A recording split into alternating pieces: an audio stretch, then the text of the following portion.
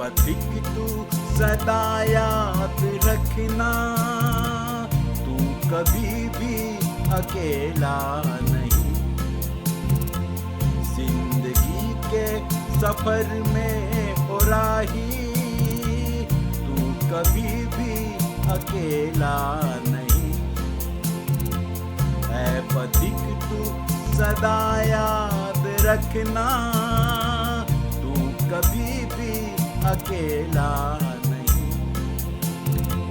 जिंदगी के सफर में ओ राही, तू कभी भी अकेला नहीं।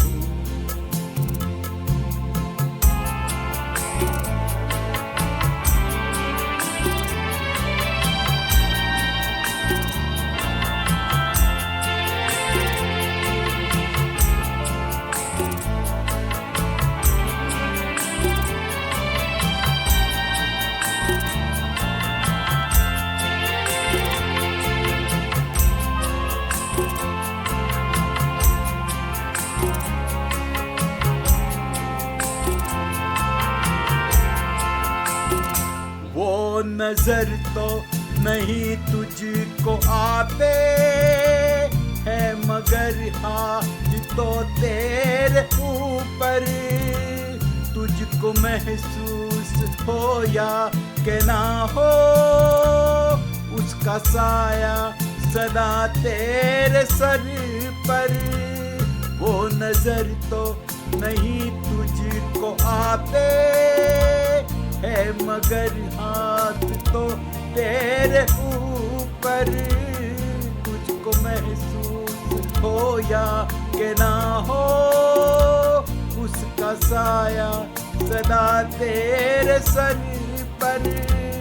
मुश्किलों में वही काम आता, तू कभी भी अकेला नहीं।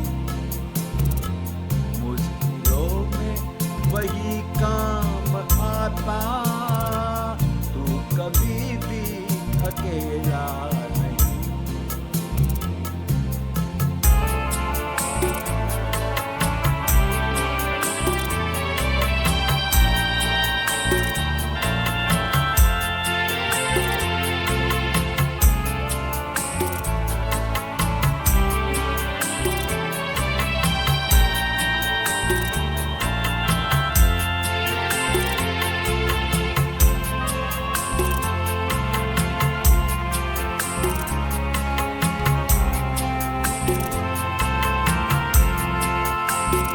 साथ देते नहीं है सहारे, नाव को छोड़ देते किनारे। प्रभु यीशु ही सच्चा सहारा, तुझको केवल वही पार उतारे। साथ देते नहीं है सहारे, नाव को छोड़ देते किनारे। प्रभु यीशु ही सच्चा सहारा, तुझको केवल वही पार उतारे। बात ये भूल ना जाना राही, तू कभी भी अकेला नहीं। बात ये भूल ना जाना राही, तू कभी भी अकेला नहीं। है पथिक तू सदा याद रखना, तू कभी भी अकेला नहीं। जिंदगी के सफर में ओ राही, तू कभी भी अकेला नहीं। આજનો વિષય હું માનું છું ત્યાં સુધી બધા જે કુવાઓનો અભ્યાસ કર્યો, હજી તો બધા કુવાઓનો અભ્યાસ બાકી છે, પણ એમાં કદાચ બહુ અગત્યનો છે એવું હું માનું છું. કારણ કે ઘણી વાર એમ લાગતું હોય છે કે ઈશ્વરના પ્લાન પ્રમાણે લગ્ન થયું છે, બધું જ ઈશ્વરના માર્ગદર્શન પ્રમાણે છે, છતાંય કેમ ખટરાગ ઊભો થાય છે હસબન્ડ વાઈફ વચ્ચે. એ આ કૂવા ઉપર આપણે આજે શીખવાના છે. અને પ્રભુ આપણને સહાય અને મદદ કરે કે આજનો અભ્યાસ આપણને આપણા જીવનને માટે કે આપણા બાળકોના જીવનને માટે આપણને બહુ જ ઉત્તેજનદાયક અભ્યાસ બની રહે. આપણે નિર્ગમનનું પુસ્તક કાઢીએ અને એનો બીજો અધ્યાય. નિર્ગમનનું પુસ્તક એનો બીજો અધ્યાય. પણ આપણે ખ્યાલ રાખીએ એક બે વસ્તુઓ કે આ કૂવાઓના અભ્યાસમાં શું શું બન્યું. ઇબ્રાહિમે એના ચાકરને મોકલ્યો કે એના દીકરા ઈસાકને માટે એ એના જ કુટુંબની એટલે કે વિશ્વાસના કુટુંબની સ્ત્રી લઈ આવે.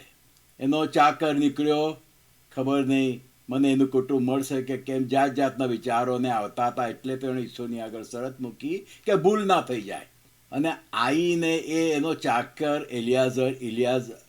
ઇબ્રાહિમનો ચાકર એલિયાઝર આવીને ક્યાં બેઠો? કૂવા.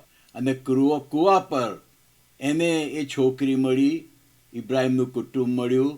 અને પછી જ આપણે જાણીએ છીએ બધા જ કે ઈસાકના લગ્ન પછી રિબકા સાથે થયા. કૂવા પર ઈસાક અને રિબકાનું લગ્ન ગોઠવાયું. ત્યાર પછી એનો ડિટેલ અભ્યાસ તો આપણે જોઈ ગયા છે એટલે હું કહેતો નથી. પણ ત્યાર પછી એ જ રીતે યાકૂબ ત્યાંથી નીકળ્યો. એણે શું કર્યું હતું એસાવની સાથે અને એના પિતા ઈસાકની સાથે પણ એ આપણે જાણીએ છીએ. એટલે એણે બી ત્યાંથી જવું પડે છે, નહીં તો પેલો એસાવ ગુસ્સે થયો તો કદાચ એને મારી પણ નાખે. એટલે રિબકા અને ઈસાક બંનેને મોકલી આપે છે કે તું જા. અને પછી એ બી હારાનમાં જ જાય છે, જ્યાં ઇબ્રાહિમનો ચાકર ગયો હતો ત્યાં ઇબ્રાહિમનું કુટુંબ હતું, ત્યાં રિબકાનું કુટુંબ હતું. એટલે ત્યાં હારાન પર આવે છે, જાય છે, એ તરફ જાય છે. પણ આઈને આખરે થાકેલી એવી હાલતમાં ક્યાં આવે છે? કૂવા પાસે. યાકૂબ પણ કૂવા પાસે આવે છે અને ત્યાં એને રાહેલનો મેળાપ થાય છે. પછી ત્યાંથી એમની પ્રેમ કહાની શરૂ થાય છે અને પછી એમના લગ્ન થાય છે. ઈસાકનું લગ્ન ક્યાં નક્કી થયું? કૂવા પર. યાકૂબનું લગ્ન ક્યાં નક્કી થયું? કૂવા પર. અને આપણે આજે જોઈશું કે મૂસાનું લગ્ન પણ કૂવા ઉપર નક્કી થયું. મૂસાનું લગ્ન પણ કૂવા ઉપર નક્કી થયું. કૂવો એ કેટલી અગત્યની જગ્યા છે. આપણા દરેકના જીવનમાં કૂવો આવે છે. જ્યારે આપણે નિરાશ થયા હોય છે ત્યારે ઈશ્વર આપણને કૂવા પર લઈ જાય છે.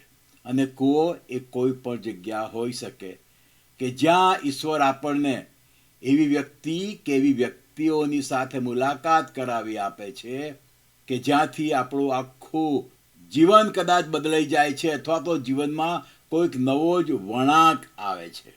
આવો હવે આપણે વાંચીએ બાઇબલમાંથી નિર્ગમનનું પુસ્તક અને એનો બીજો અધ્યાય. હું અમુક જ બાબત વાંચીશ કારણ કે તમે બધા દર વખતે કહું છું કે બાઇબલથી માહિતગાર છો, મારે કંઈ બધું વાંચવાની ડિટેલમાં કહેવાની જરૂર નથી. પણ મુખ્ય પોઈન્ટ હું તમને કહેવા માગું છું કે મૂસાનો જન્મ થયો અને એના માતા અને પિતા બંને ગોડલી પેરેન્ટ્સ હતા. બહુ ડિટેલ્સ લખી નથી પણ એમણે 8મા દિવસે મૂસાની સુન્નત કરી જ હોવી જોઈએ. કારણ કે એ લોકોની એ રીત હતી.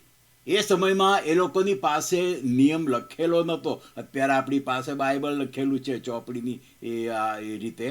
એવો કોઈ નિયમ જૂનો કરાર બી કોઈની પાસે હતો નહીં. કારણ કે એ તો આવ્યો ક્યારે? જ્યારે એ લોકો નીકળ્યા અને સિનાઈ પર્વત પર આવ્યા ત્યારે ઈશ્વરે બધા નિયમો આપ્યા અને ત્યારથી ઉત્પત્તિ, નિર્ગમન, લેવીય, ગણના, પુનર્નિયમ એ 5 પુસ્તકો એમની પાસે આવ્યા. એટલે કશું લખાણ એમની પાસે હતું નહીં. પણ ઇબ્રાહિમને ઈશ્વરે કીધું હતું સુન્નત વિશે. એટલે ઇબ્રાહિમે એ ટાઈમે પોતે એની સુન્નત થઈ. પછી એનો દીકરો પેલો ઇસ્માઇલ હતો એની પણ સુન્નત થઈ. અને પછી ઈસાક જન્મ્યો ત્યારે ઈસાકની સુન્નત થઈ. આ બધું ઇબ્રાહિમના સમયથી જ ચાલતું આવ્યું છે. અને આપણે જાણીએ છીએ કે ઈશ્વરે પ્રત્યેકને શીખ્યું હતું કે આ બધું તમારે તમારા કુટુંબીજનોને, તમારા બાળકોને, આ બધાને તમારે શીખવવાનું છે. અને એ લોકો શીખવતા આવ્યા અને આજે પણ યહૂદી પેરેન્ટ્સ એમના બાળકોને મોટા ભાગે આ બધું શિક્ષણ આપતા હોય છે. એટલે મૂસાની બી સુન્નત થયેલી ડેફિનેટલી હોવી જોઈએ. ભલે અહીંયા આગળ લખ્યું નથી પણ મૂસા 3 મહિના રહ્યો એના પેરેન્ટ્સ સાથે, એટલે એમાં કોઈ શંકાની વાત નથી કે એની સુન્નત થઈ હતી. પણ પછીથી એ ગયો રાજાના મહેલમાં, કારણ કે ફારૂની દીકરીનો એ બાળક એ બને છે, એડોપ્ટેડ સન બને છે. અને એ મોટો થયો મહેલમાં, એને બીજી કશી જ ખબર નથી, યહૂદી રીત રિવાજોની એને કશી જ ખબર નથી. તો પછી મોડેથી જ મોટો થયો, લગભગ 39 કે 40 વર્ષનો, ત્યારે એને ખબર પડી કે પોતે જ યહૂદી છે. અને ત્યારે પછીથી શું બને છે એ આપણે જાણીએ છીએ. એટલે ત્યાંથી મૂસાના જીવનની શરૂઆત થાય છે. અને મૂસા, આપણે એના માટે બહુ હાઈ ઓપિનિયન આપીએ છીએ, અને આપવો જ જોઈએ, કોઈ શંકાની વાત નથી. કારણ કે ઈશ્વર આપણું ભૂતકાળ જોઈને આપણો ન્યાય નથી કરવાના. ન્યાયકાળના દિવસે ઈશ્વર આપણો ભૂતકાળ જોઈને ન્યાય નથી કરવાના, આપણો વર્તમાન કાળ જોઈને ન્યાય કરવાના છે. જો ભૂતકાળ જોઈને ઈશ્વર ન્યાય કરતા હોત ને, તો કાલવરીની ટેકરી ઉપર પેલો ચોર બચી ગયો ના હોત, એ નરકમાં ગયો હોત. પણ એ કાલવરીની ટેકરી પર એ પેલા ચોરનું આખું વર્તમાનકાળ જુદું જ હતું, ભૂતકાળ જુદું હતું, વર્તમાનકાળ જુદું હતું. એટલા માટે ઈશ્વરે કીધું કે આજે જ તું મારી સાથે પારદેશમાં હોઈશ. ઈશ્વર આપણું વર્તમાનકાળ જોઈને આપણો ન્યાય કરે છે. અને અહીંયા આગળ મૂસાના જીવનમાં, જૂના જીવનમાં મોટો થયો તો પછી કઈ કઈ ભૂલો થઈ હતી એ આજે આપણને જોવા મળશે. અને એ ભૂલો કઈ કઈ રીતે સુધરી અને એમાં એની પત્નીએ કયો ભાગ ભજવ્યો, એ બધું આજે આપણે જોવા માંગીએ છીએ. 2 અધ્યાય અને તમે આવો એની 15મી કલમ. 2 અધ્યાય અને 15મી કલમ. નિર્ગમન 2 અને 15. ફારૂને એ વાત સાંભળી ત્યારે તેણે મૂસાને મારી નાખવાને શોધ્યો, પણ મૂસા ફારૂનની આગળથી નાસીને મિદ્યાન દેશમાં જઈને રહ્યો. અને પછી મને આ વાક્ય બહુ ગમે છે, અને તે એક કૂવા પાસે બેઠો. હાલેલુયા! કૂવા પાસે બેઠો. ઇબ્રાહિમનો ચાકર કૂવા પાસે બેઠો, યાકૂબ કૂવા પાસે બેઠો, અને જુઓ અહીંયા મૂસા કૂવા પાસે બેઠો.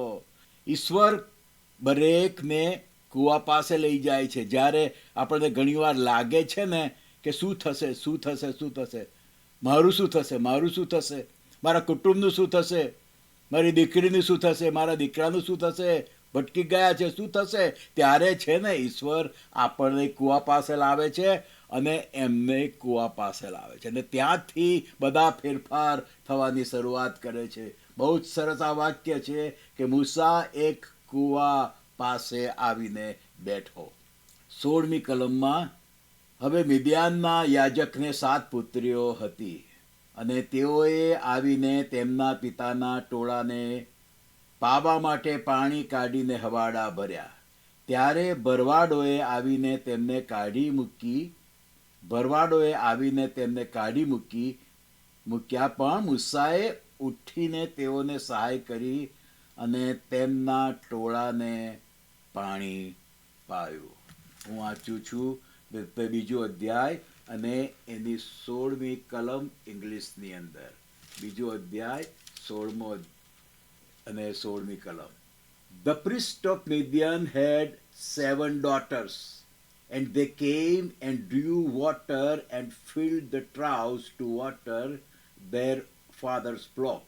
And the shepherds came and drove them away. શેપર્સ એ બીજા ભરવાડો આયા અને એમને ત્યાંથી એમણે જબરજસ્તીથી હટાવી દીધા. અને Moses stood up and helped them and watered their flock. આ ભરવાડો કેટલા ખરાબ હોવા જોઈએ.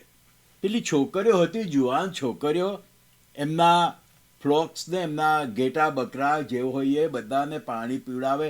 એમને પહેલો ચાન્સ ના આપવો જોઈએ. પણ આ બહુ રાવડી પેલા એ હોવા જોઈએ, ખરાબ હોવા જોઈએ.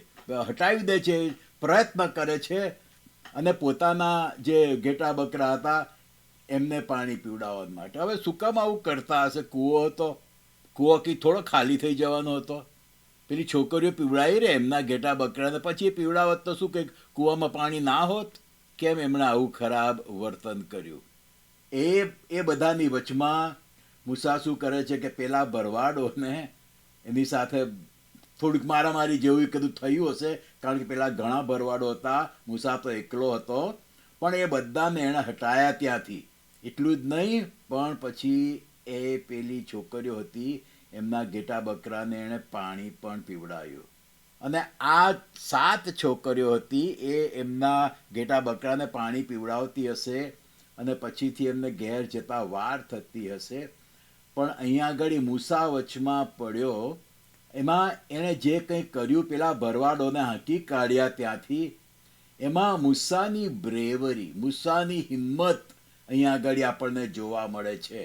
કારણ કે પેલા ઘણા ભરવાડો હતા, એક ભરવાડ નહોતો. એક ભરવાડની સાથે લડવું હોય તો ઇઝી છે, પણ બીજા કેટલાય ભરવાડો હતા. એ બધાની સાથે લડીને અને ભરવાડોની લાકડીઓથી એમને કંઈક થોડી મારામારી થઈ હશે, પણ બધાને મૂસાએ કાઢી મેલ્યા. અને ત્યાં આગળ મૂસાની બ્રેવરી દેખાય છે. અને પેલી છોકરીઓએ જોયું કે આ એકલો છોકરો છે, લગભગ 40 વર્ષનો હતો મૂસા એ ટાઈમે, કે આ એકલો છે ને આટલા બધા ભરવાડોને એણે હાંકી કાઢ્યા. કેટલું ગજબનું કહેવાય, કેટલું ગજબનું કહેવાય. અને પછીથી એમને ઇમ્પ્રેસ થઈ ગયા મૂસાથી. એ જ રીતે આપણે જોયું ગયા વખતે કે યાકૂબનું પણ થયું હતું. યાકૂબે શું કર્યું હતું, પેલા કૂવા ઉપરથી એકલે હાથે પથ્થર હટાયો હતો. બહુ ભારે હતો પથ્થર, મોટો પથ્થર હતો, અને બધા ભરવાડો ત્યાં ભેગા થાય, પછી ભેગા મળીને એ લોકો પથ્થર ઉતારે કૂવા પરથી, અને પછી એમના ઘેટા બકરાને પાણી પીવડાવે. બધા ભેગા થાય ત્યાં સુધી એ લોકો રાહ જોતા હતા કૂવા ઉપર. બહુ મોટો, બહુ ભારે પથ્થર, પણ યાકૂબે તો એકલે હાથે એ પથ્થર ખસેડ્યો. એનાથી રાહેલ કેટલી ઇમ્પ્રેસ થઈ ગઈ. યાકૂબ તો ઇમ્પ્રેસ થઈ ગયો હતો રાહેલને જોઈને, પણ રાહેલ બી આની એ બ્રેવરી જોઈને આકર્ષાઈ ગઈ હતી.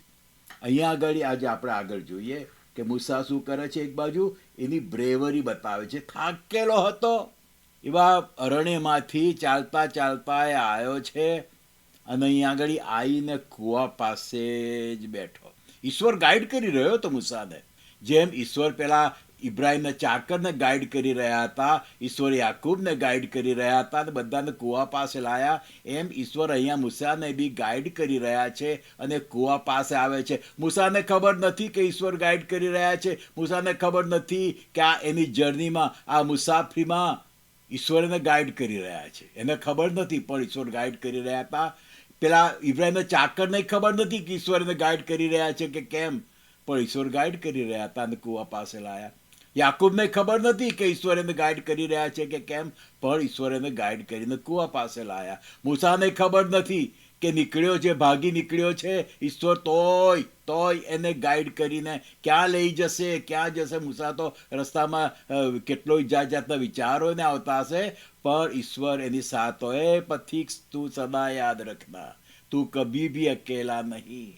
હા, આપણા એવા સંજોગોમાં આપણને લાગે છે શું થશે શું થશે, યાદ રાખીએ કે ઈશ્વર આપણને કોઈક કૂવા પાસે લઈ જશે. જ્યારે આગળ ક્લિયર બધું દેખાતું નથી ને બીક દેખાય છે, અનિશ્ચિતતા દેખાય છે, ત્યારે આપણે યાદ રાખીએ કે અલ્ટિમેટલી ઈશ્વર આપણને કોઈક કૂવા પાસે લઈ જશે અને બધું ઠીક કરી દેશે. મૂસાની આ બ્રેવરી, એ ઉપરાંત આપણે એ પણ જોઈએ છે કે મૂસાએ પાણી કાઢીને પેલા બધા ઘેટા બકરાને એણે પાણી પીવડાવ્યું. એક બાજુ એ થાકેલો હતો, ખબર નહીં એને આવતા કેટલા દિવસ થયા હશે, પણ એ થાકેલો હતો. બહુ તો એને પાણી મળ્યું, પણ એટલામાં પછી એણે બધા ઘેટા બકરાને પાણી પીવડાવ્યું. કેટલી કાઇન્ડનેસ દેખાય છે, કેટલી બધી કાઇન્ડનેસ મૂસામાં દેખાય છે.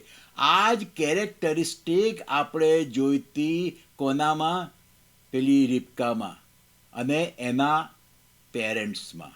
પછી આપણે આ જ કેરેક્ટરિસ્ટિક જોઈતી યાકૂબમાં અને રાહેલમાં, અને આ જ કેરેક્ટરિસ્ટિક આપણે જોઈએ છે મૂસામાં અને એના ફ્યુચર ફાધર ઇન લોમાં. એટલા જ માટે આ કેરેક્ટરિસ્ટિક જોવી બહુ અગત્યની છે. ઘણીવાર લોકો એમ જ માને છે કે આપણે બિલીવર છીએ અને આપણું લગ્ન બિલીવર સાથે થવું જોઈએ, ચોક્કસ, એમાં કોઈ શંકાની વાત નથી. આપણા સનનું કે આપણી ડોટરનું લગ્ન બિલીવર છોકરી કે છોકરા સાથે જ થવું જોઈએ, હા, એમાં કોઈ શંકાની વાત છે નહીં, બે મત છે જ નહીં. પણ એ પહેલી છે બાબત, એકલી જ બાબત નથી, એટલું જ નથી જોવાનું. એ આપણે બંને અગાઉ જે કૂવા જોયા, રીબકાનો કૂવો, રાહેલનો કૂવો, એમાં આપણે જોયું કે ફક્ત એટલું જ નથી જોવાનું કે બિલીવર છે કે કેમ, સામેની વ્યક્તિ બિલીવર છે કે કેમ, પણ બીજી ઘણી કેરેક્ટરિસ્ટિક જોવાની હોય છે. એ આપણે જોઈ લીધી છે, એટલે હું વધારે કહેતો નથી. અને તમારે બધું ના જાણતા હોય તો તમે યુટ્યુબ ઉપર જઈને બધું ફરીથી સાંભળી શકો છો. પણ આ જ વસ્તુ અહીંયા આગળ પણ જોવા મળે છે. ત્રણ કુવાઓની ઉપર જુદી જુદી વ્યક્તિઓ છે, પણ બાબતો તો એકની એક જ જોવા મળે છે. ઈશ્વર કેટલું આપણને શીખવી રહ્યા છે, સમજાવી રહ્યા છે. અને 3 જગ્યાએ એકની એક બાબત બને છે. ઈશ્વર ભારપૂર્વક કહી રહ્યા છે કે આપણે આપણા બાળકોના લગ્ન જો ગોઠવવાના થાય તો કઈ બાબતો જોવી જોઈએ. એટલું જ નહીં, અત્યારે તો મોટાભાગના છોકરા છોકરીઓ પોતાની મેળે જ બધું શોધી લેતા હોય છે, તો એમને પણ શિક્ષણ છે. જો એવું બને, કારણ કે યાકુબે કર્યું ને, યાકુબે પોતે જ શોધી લીધું, પણ એ જ વસ્તુ આપણા બાળકો પણ શીખે કે ભલે પોતે પોતાના જીવન સાથીની પસંદગી કરે, પણ એમણે શું જોવાનું છે, કઈ કેરેક્ટરિસ્ટિક સામેની વ્યક્તિમાં જોવાની છે, એ બાબત આપણા છોકરા છોકરીઓએ પણ શીખવી જોઈએ. અને આ બધી જ બાબતોમાં આપણે જોઈએ છીએ કે ઈશ્વરનો હાથ છે. ઈસાક અને રિબકાના લગ્નમાં ઈશ્વરનો હાથ હતો, યાકૂબ રાહેલના લગ્નમાં ઈશ્વરનો હાથ હતો, અહીંયા આગળ મૂસા અને સિપોરાના લગ્નમાં પણ ઈશ્વરનો હાથ છે. અને ઈશ્વર મૂસાને દોરી લાવે છે આ કૂવા પાસે. મૂસાને લાગતું હશે કે મારા જીવનનું શું થશે, ભવિષ્યનું શું. એ જતો તો ભાગી ગયો, તો ક્યાં જવું એ એને ખબર નથી, ક્યાંય જવું ખબર નથી. હું હવે શું ખાઈશ, ભૂખ્યો થયો છું, તરસ્યો થયો છું, હું શું કરીશ, મારા જીવનનું શું થશે, હું ક્યાંથી પૈસા કમાઈશ, શું થશે, આવી બધી અને અનેક દેખીતી રીતે બધી જાતની ચિંતાઓ એને થતી હશે. પણ ઈશ્વર એ પથિકની સાથે હતો અને એને કૂવા પાસે લઈ આવે છે. કારણ કે કૂવા ઉપર એ કૂવાની આસપાસના જે ગામો હોય, એ બધા લોકો ત્યાં આગળ પાણી ભરવાને માટે આવે. કૂવા ઉપર બધા લોકો પાણી ભરવાને માટે આવે. અને એટલા માટે ઈશ્વર મૂસાને કૂવા પાસે લાવ્યો કે જેથી બીજા લોકોની સાથે એની મુલાકાત થાય.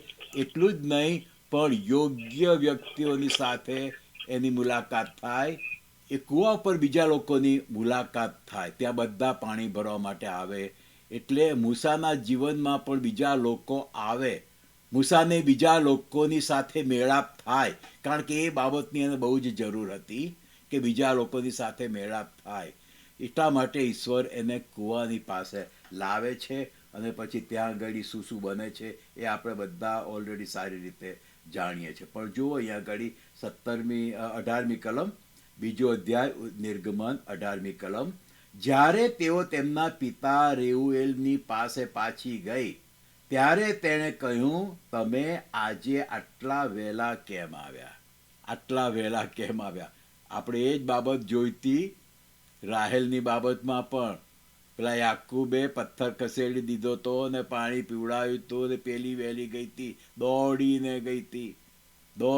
ગઈ હતી. અને ત્યાં આગળ કે છે કે તમે આજે આટલા વહેલા કેમ આવ્યા. હવે ઘેટા બકરા તો એટલા ને એટલા જ હતા. હવે પેલી 7 છોકરીઓ હતી, એ કૂવામાંથી પાણી કાઢે, ઘેટા બકરાને પીવડાવે, તોય એમને જતા મોડું થતું હતું. અહીંયા આગળ એક જ વ્યક્તિ છે મૂસા, થાકેલી વ્યક્તિ છે, ભૂખી વ્યક્તિ છે, પણ એ પાણી કાઢીને બધા ઘેટા બકરાને પીવડાવે છે. જલ્દી બધું થઈ ગયું. અને પેલી 7 છોકરીઓ ઘેર જાય છે, એના બાપા એમને પૂછે છે, તમે આજે આટલા વહેલા કેમ આવ્યા. ત્યારે તેઓએ કહ્યું કે એક મિસ્રીએ. કારણ કે મૂસા આવ્યો અને આટલામાં તો હમણાં કેટલી બધી વાતચીતો થઈ હશે, તું કોણ છે, સ્ટ્રેન્જર છે. 7 છોકરીઓ હતી, એને જરા એ વિચાર તો આવે કે આ કોઈ સ્ટ્રેન્જર છે, કોણ છે. મૂસાએ કીધું હશે કે હું મિસરમાંથી આવ્યો છું, એટલે પેલા મને લાગ્યું કે આ મિસ્રી છે.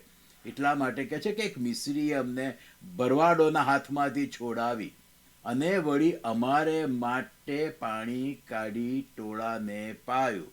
પેલા જંગલી જેવા બીજા ભરવાડો હતા, એમના હાથમાંથી એમને છોડાવ્યા અને બધાને એણે એકલાએ કહે છે કે પાણી ટોળાને પીવડાવ્યું. એટલા માટે અમે વહેલા આવ્યા છે.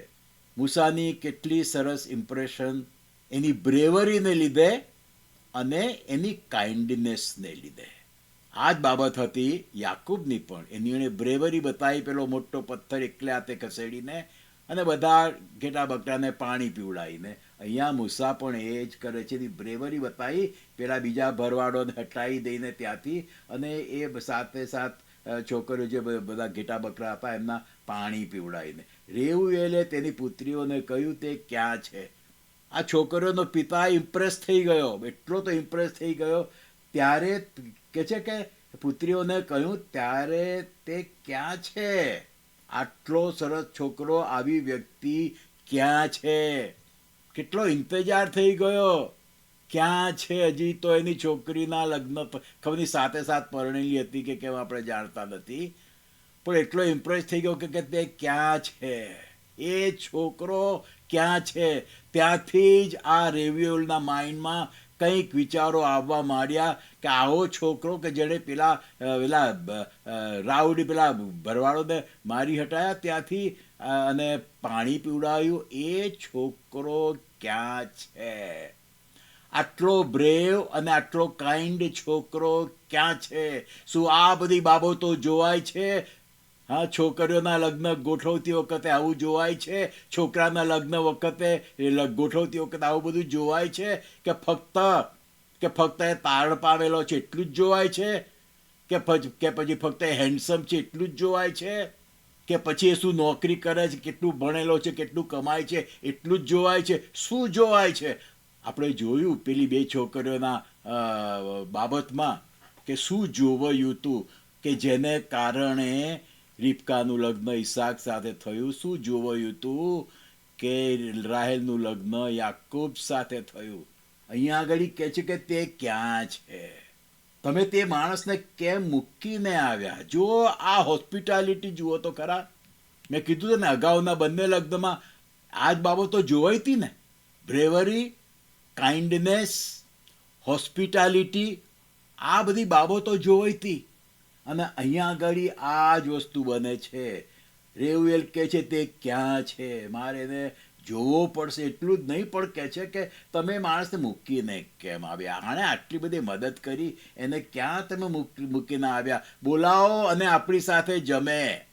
કેટલી સરસ હોસ્પિટાલિટી.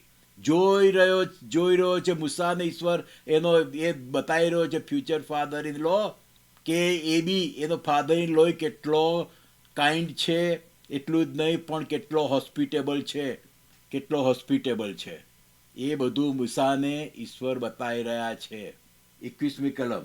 અને મૂસા ખુશીથી તે માણસને ત્યાં રહ્યો, અને રેઉએલે પોતાની પુત્રી સિપોરા મૂસાને પરણાવી. જોયું? મૂસાના લગ્નની શરૂઆત ક્યાંથી થઈ? કૂવા પરથી. જેમ યાકૂબની અને રાહેલની અને રિબકા અને ઈસાકની આ બધાની શરૂઆત કૂવા પરથી થઈ હતી, એ મૂસાની પણ શરૂઆત, લગ્ન જીવનની શરૂઆત આ કૂવા પરથી થાય છે. અને એમાં મૂસા જુએ છે કે એનો પેલી છોકરીઓને જુએ છે. ત્યાં બી પેલી સિપોરા હતી, અને ત્યાં એના ફ્યુચર ફાધર ઇન લો એનું બી કેરેક્ટરિસ્ટિક આ જોવે છે. અને મૂસા પછીથી એની સાથે રેવ્યુએલની દીકરી સિપોરાની સાથે એના લગ્ન થાય છે. કોણે પ્રપોઝલ મૂક્યું છે? જોયું ને કેવા બેના લગ્ન થઈ ગયા. અને કહે છે તેને પુત્રનો પ્રસવ થયો, અને તેણે તેનું નામ ગેરશોમ પાડ્યું, કેમ કે તેણે કહ્યું હું પરદેશમાં પ્રવાસી થયો છું. એક જ અધ્યાયની અંદર કેટલી બધી વાત લખવામાં આવી છે. મૂસાના જન્મથી એ 40 વર્ષનો થાય છે, અને 40 ગાળામાં શું શું બને છે, અને આ બધી જ ભાગે છે અને કૂવા પર આવે છે, અને એની આ સિપોરાની સાથે મેળાપ થાય છે. આ બધી બાબત ફક્ત એક જ અધ્યાયમાં લખેલી છે. એટલે આપણે ઘણી બધી બાબતોનું અનુમાન કરવું પડે. પ્રોપરલી, ગમે તે રીતે નહીં, પણ ઘણી બધી બાબતોનો વિચાર કરીને અનુમાન કરવું પડે કે શું શું બન્યું હશે. અને આ સિપ્પોરાની સાથે મૂસાના લગ્ન થાય છે અને પછી ત્યાર શું બને છે, એક બાળક એને જન્મે છે કે જેનું નામ એ લોકો ગેરસમ પાડે છે. આપણે યાદ રાખીએ કે જે મૂસાને ઈશ્વરે ફક્ત આ કૂવાની પાસે લાવીને પાણી જ નથી પૂરું પાડ્યું. કૂવો આવે, નામ યાદ આવે એટલે સીધી પાણીની યાદ આવે આપણને, કારણ કે કૂવામાં પાણી હોય ને બધા કૂવાનો ઉપયોગ પાણી માટે કરતા હોય છે. પણ ઈશ્વરે મૂસાને ફક્ત પાણી નથી આપ્યું, એને એની જીવનસાથી આપી છે અને એને એની જીવનસાથીનું કુટુંબ પણ આપ્યું છે. અને એ જ રીતે ઈશ્વર જ્યારે આપણી કોઈ મટીરિયલ બાબતને પૂરી કરે છે ને, મટીરિયલ બાબત આપણને પૂરી પાડે છે, યહોવા યીરે, પૂરું પાડનાર દેવ, ત્યારે ફક્ત એ મટીરિયલ બાબત પૂરી પાડે છે એટલું જ નહીં, પણ એની સાથે સાથે કોઈક વ્યક્તિઓ સંકળાયેલી હોય છે, એ પણ ઈશ્વર આપણને પૂરી પાડે છે. ઈશ્વર આપણને બતાવે છે, આપણા એક કૂવાની આગળ ઈશ્વર આપણને ફક્ત આપણી મટીરિયલ બાબત પૂરું પાડે છે એટલું જ નહીં, પણ ત્યાં એ આપણા કૂવાની આગળ ત્યાં લઈ જઈને ઈશ્વર આપણને એવી વ્યક્તિઓના પણ સંપર્કમાં લાવે છે કે જે આપણું ફ્યુચર ઘડે છે, કે જેને કારણે આપણું ફ્યુચર ઘડાય છે, જેને કારણે આપણા બાળકોનું ફ્યુચર ઘડાય છે. એટલે હંમેશા મટીરિયલ બાબતો જ્યારે મળે છે, ખાસ કરીને આપણે માનીએ નહીં એવી રીતે, આ બાબત ખ્યાલમાં રાખજો, આપણે માનીએ નહીં એવી રીતે ઈશ્વર પૂરું પાડે છે. મૂસાને સ્વપ્ન ખ્યાલ નહોતો કે આ ભાગી રહ્યો છે મિસરમાંથી, ક્યાં જશે, અને કૂવા પર આવ્યો તો એને ખબર નહીં કે અહીંયા આગળ એને એની ફ્યુચર વાઇફ મળશે. જુઓ તો ખરા કે કેવું કેવું ઈશ્વર પૂરું પાડે છે એના બાળકોને. અને અહીંયા આગળ ઈશ્વરે આપણા, જો તમે તમારા ફ્યુચર પાસ્ટ ભૂતકાળનો વિચાર કરો તો તમને કદાચ આવા કંઈક અનુભવો થયા હશે કે તમે માની નહીં હોય એવી સ્ટ્રેન્જ જગ્યાઓએ ઈશ્વરે તમને સ્ટ્રેન્જ વ્યક્તિઓ સાથે સંપર્ક કરાયો હશે અને ત્યાં ગાડીથી તમારા કોઈ જુદા જ પ્રકારના શું કહેવાય સંબંધોની શરૂઆત થઈ હશે. એવા બનાવો બનતા હોય છે. જ્યારે જ્યારે આપણને સ્ટ્રેન્જ વ્યક્તિઓની મુલાકાત થાય ને ત્યારે બહુ ધ્યાન રાખીએ. અને એ સ્ટ્રેન્જ વ્યક્તિઓની મુલાકાત સ્ટ્રેન્જ જગ્યાઓએ થાય ને ત્યારે આપણે ખાસ ખ્યાલમાં રાખીએ કે એની પાછળ ઈશ્વર કંઈક કરી રહ્યા છે, ઈશ્વર કંઈક આપણને બતાવી રહ્યા છે. અને અહીંયાથી મૂસાનું જીવન એ બીજો જ કોઈક વળાંક લે છે. આ કૂવા ઉપર, સિપ્પોરાના કૂવા ઉપર મૂસાને આખા જીવને વળાંક આપ્યો. મેં તમને કીધું હતું કે પહેલો રીબકાનો કૂવો એ કંઈ એ નામથી ઓળખાતો નહોતો રીબકાનો કૂવાથી, પણ ત્યાં રીબકા આવતી હતી દરરોજ સાંજે, અને ત્યાં જ અગાડી પછી પેલા ઇબ્રાહિમના ચાકરનો મેળાપ થયો, એટલે આપણે એને રીબકાના કૂવા તરીકે ઓળખીએ છીએ. એ જે કૂવો હતો એ જ કૂવો એ આખા કુટુંબનો બધા આવતા હતા ત્યાં, એટલે રાહેલનો આપણે કૂવો કહીએ છીએ. એ કે કૂવાનું નામ રાહેલનો કૂવો એવું હતું નહીં, પણ આપણે એ રીતે ઓળખીએ છીએ કારણ કે એ પણ ત્યાં આગળ એના બાપાના ઘેટા બકરાને લઈને આવતી હતી પાણી પીવડાવવા માટે, અને ત્યાં આગળ યાકૂબનો મેળાપ થયો એટલે આપણે એ કૂવાને રાહેલના કૂવા તરીકે ઓળખીએ છીએ. અને એ જ રીતે અહીંયા આગળ આપણે સિપ્પોરાના કૂવા તરીકે આ કૂવાને ઓળખીએ છીએ, કારણ કે અહીંયા આગળ મૂસાને સિપ્પોરા અને સિપ્પોરાને મૂસાનો મેળાપ થયો, અને ત્યાંથી એ બંનેના જીવનને એક નવો જ વળાંક મળે છે.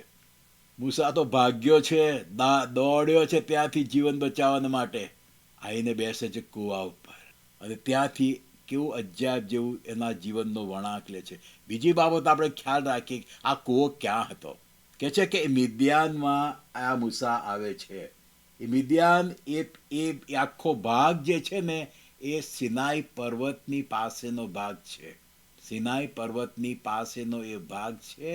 એને પારાનનું અરણ્ય એવો પણ શબ્દ વાપરવામાં આવ્યો છે, પારાનનું અરણ્ય. એટલે એ બધો એક જ ભાગ હતો અને ત્યાં આગળ મૂસા આવ્યો હતો.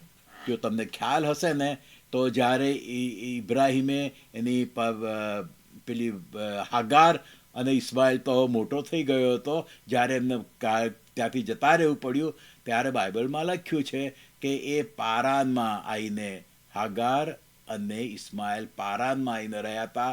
ત્યાંથી પછી આ હાગારે ઇસ્માઇલને માટે મિસ્રી છોકરી એ શોધી અને પછી એની સાથે એને પરણાવી, પણ એ બી પારાનમાં.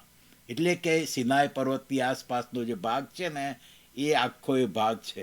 અને ત્યાં આગળ ઈશ્વર એને લાયા.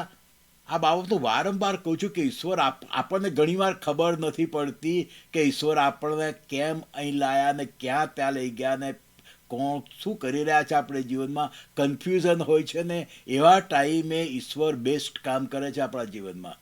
જ્યારે આપણે કન્ફ્યુઝ થઈ જઈએ છીએ ને ત્યારે નથી આપણે વિચારતા અને ઈશ્વર આપણા જીવનનો ચાર્જ લઈ લે છે અને પછી યોગ્ય જગ્યાએ ઈશ્વર લાવીને કામ કરે. આ જગ્યાએ સિનાઈ પર્વત હતો અને ત્યાં આગળ મૂસા હવે એના ફાધર ઇન લોના ઘેટા બકરા ચારે છે.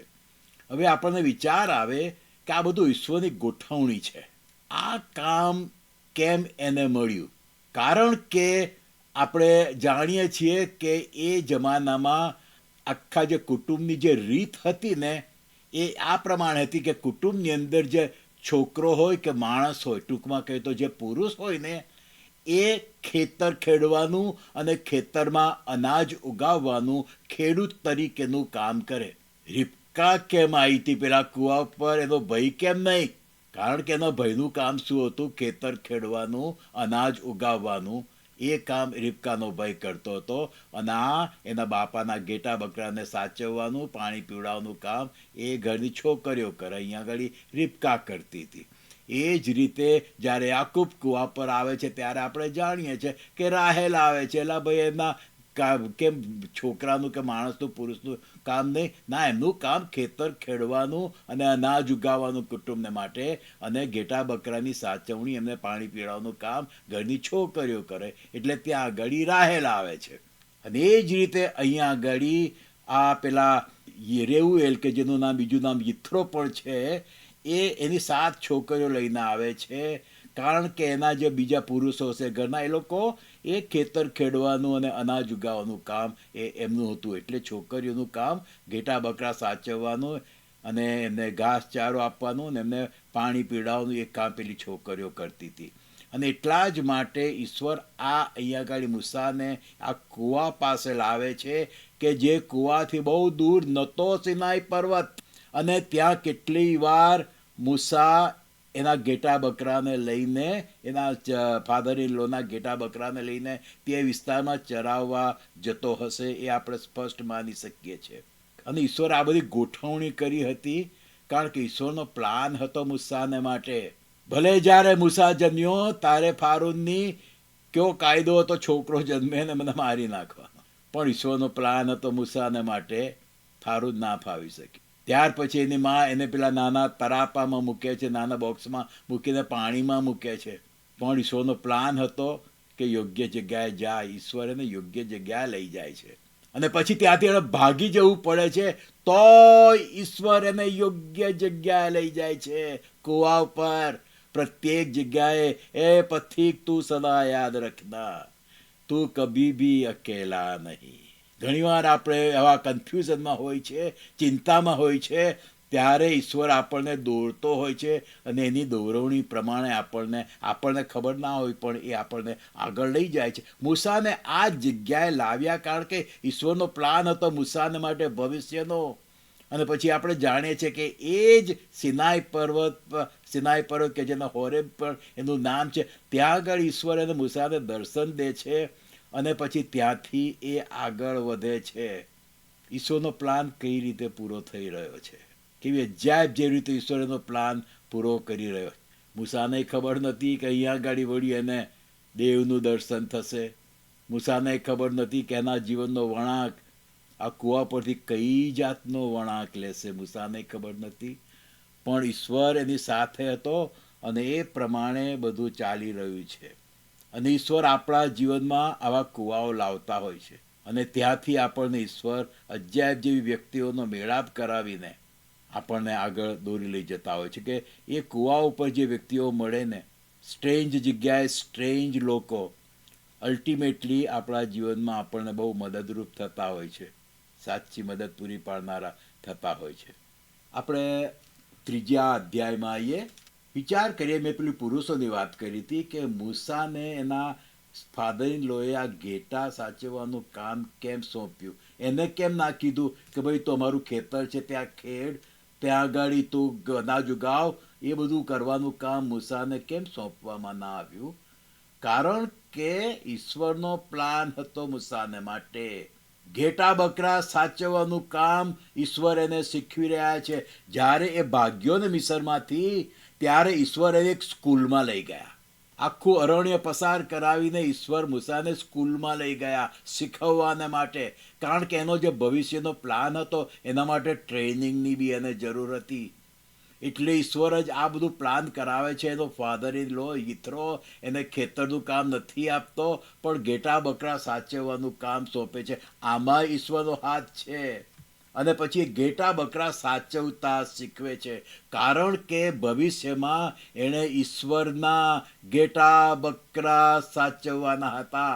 આ ઘેટાય સાચવવાના હતા કે જે સારા લોકો હતા, અને બકરાય સાચવવાના હતા કે જે કમ્પ્લેન કરનારા અને મૂસાની સામે થનારા એવા લોકોને એણે સાચવવાના હતા. એટલે અહીંયા આગળ આ કૂવાની પાસે ઈશ્વર મૂસાને ટ્રેન કરી રહ્યા છે.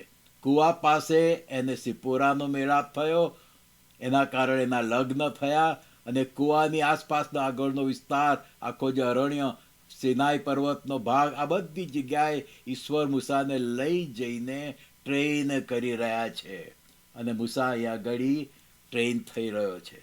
અને આઈ એમ શ્યોર કે જે જગ્યાએ હતી એ કૂવાની જે જગ્યા હતી ત્યાં પેલી સિપ્પોરા અને તેની બહેનોને બધા નિયમ પ્રમાણે, એના રોજના કામ પ્રમાણે વારંવાર આવતા હશે, દરરોજ આવતા હશે કદાચ એમના પાણી પીવડાવવાને માટે. અને મૂસા પણ હવે એના ઘેટા બકરાને લઈને આ કૂવાની પાસે પાણી પીવડાવવા એ લોકોને લાવતો હશે. આ બધું બહુ દેખીતી બાબત છે. કે છે કે મૂસા, ત્રીજો અધ્યાય પહેલી કલમ, મૂસા પોતાના સસરાના એટલે કે મિદ્યાનના યાજક યિથ્રોના ઘેટા સાચવતો હતો. અને તે એ ઘેટાને અરણ્યની પેલી બાજુએ લઈ ગયો, અને તે ઈશ્વરના પર્વત હોરેબ આગળ આવ્યો. આ જગ્યાએ આવ્યો ત્યાં જ મૂસાનું લગભગ ડેઈલી આવન જાવન હતું. કૂવા પાસે જવાનું, આ હોરેબ આગળ જવાનું, ત્યાં આગે, અને હોરેબ બધી બીજા જગ્યાઓએ જતો હશે ઘેટા બકરાને ઘાસચારો આપવાને માટે. પણ નિયમિત આ જગ્યાએ મૂસા આવતો હતો, ઈશ્વર એને લાવતો હતો, અને ઈશ્વર હવે એને ટ્રેન કરી રહ્યો છે. એનું જે ફ્યુચરનું કામ હતું ને, મિશન એ હતું. આખી જિંદગી મૂસાએ આ ઘેટા ને આ બકરાને સાચવવાના નહોતા, એણે તો ઈશ્વરના ઘેટા અને બકરાને સાચવવાના હતા. ઈશ્વરે કાયમ મૂસાએ આ કૂવા, સિપોરાના કૂવા પાસે આવીને કાયમને માટે આખી જિંદગીભર મરે ત્યાં સુધી એમને પાણી નહોતું પીવડાવવાનું.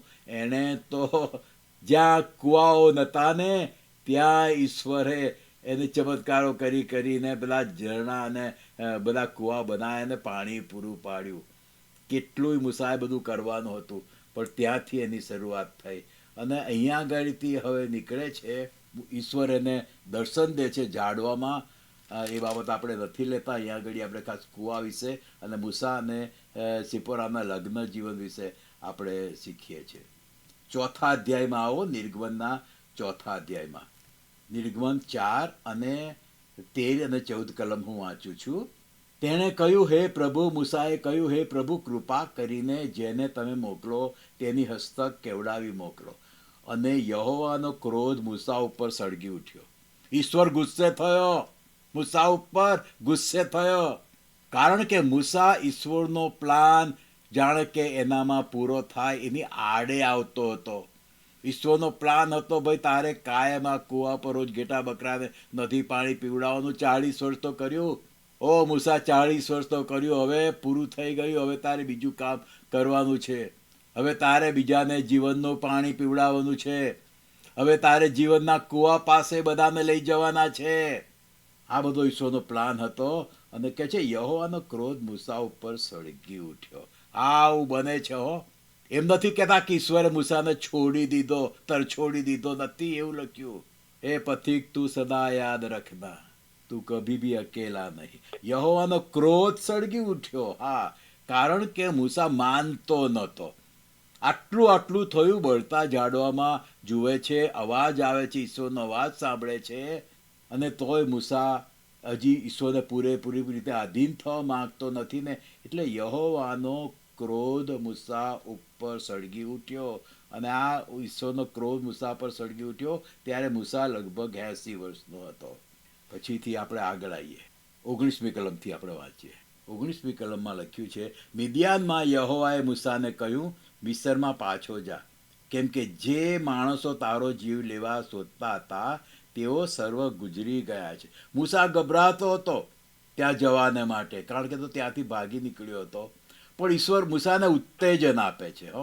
ઈશ્વર મૂસાને ઉત્તેજન આપે છે કે મિસ્રમાં પાછો જા, બીસ નહીં, કારણ કે જે તારો જીવ શોધતા હતા એ તો બધા મરી ગયા છે. અને 20મી કલમમાં મૂસા પોતાની પત્ની તથા પોતાના પુત્રોને લઈને તેમને ગધેડા ઉપર બેસાડીને મિસ્રમાં પાછો ગયો. હવે મૂસાને કુટુંબ છે, એની પત્ની છે, 2 દીકરાઓ છે, એમને લઈને એ મિસર તરફ જવાને માટે નીકળે છે. 4 ગધેડા હોવા જોઈએ એમની પાસે, 4 ત્યાં આગળ બેઠા હતા.